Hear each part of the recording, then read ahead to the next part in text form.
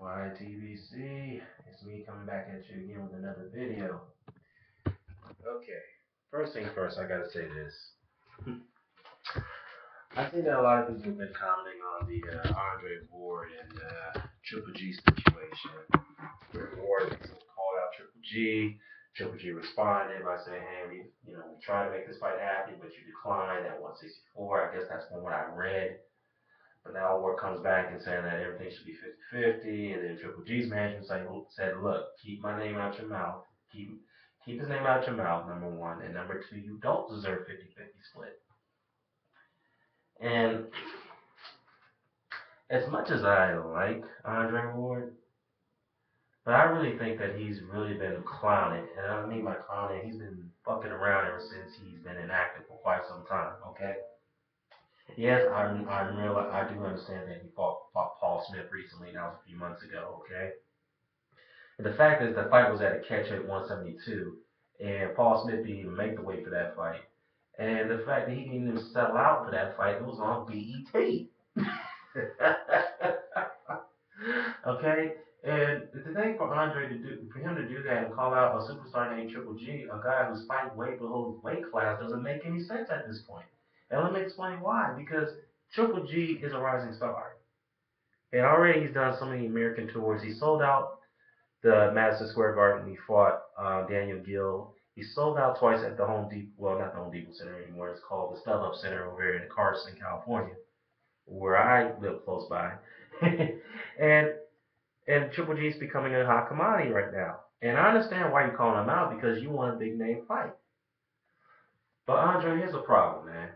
You've been an actor for a long time, and I understand why. Ever since the Super Six, yes, things have happened. You had a fight with Chad Johnson, who was the linear and light heavyweight champion at that time, who came down, drained himself to fight you. And we all know why Chad Dawson done that because he needed a big money fight.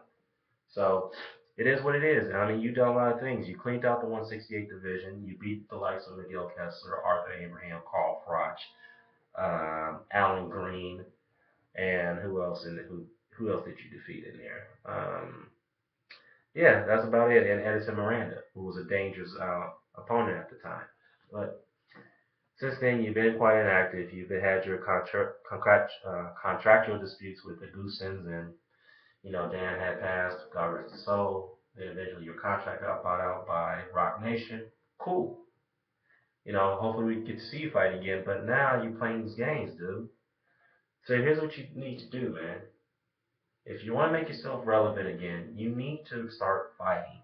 Stop doing all these interviews, try to get all these photo ops and get all these other opportunities to interview with people just to make yourself relevant. Okay? Again, this is not attacking you, bro. This is advice. If you want to make yourself relevant, if you want to get those big money fights and get the biggest negotiation power, you need to start fighting. Okay? Here's what I suggest you do. James DeGale called you out, right? I haven't heard anything. Crickets. You didn't say nothing. Now, Badu Jack is the WBC champion. Yes, of course, Arthur Abraham is the WBO champion. Why don't you keep yourself active and unify all three of those unify all the rest of the three titles that you have right now? You have the WBA, which you're the lineal champion at 168. Try to unify the rest of the three. And if you're not willing to do that, and if you don't think you can make 168 anymore, then vacate the title. Move up weight and fight Sergey Kovalev, which I think you have a good chance of beating him than anyone else in that division right now. Besides Arthur Peterbia, of course. But other than that, I think that's what you should do. And I know a lot of people are going to say, well, why are you telling me where to fight 175? Well, because he actually fought in 176 in the amateurs. Even John David Jackson stated it out in one of his interviews after the Hopkins fight. So, again, I'm not attacking you, bro. I'm just advising you that this is foolishness that you're trying to use Golovkin as a pedestal or a platform to make your name relevant as one of the best pound for pound fighters in the world, which is beyond me because you haven't been active for a long time, and the fact that you're ahead of Vladimir Klitschko on that list is kind of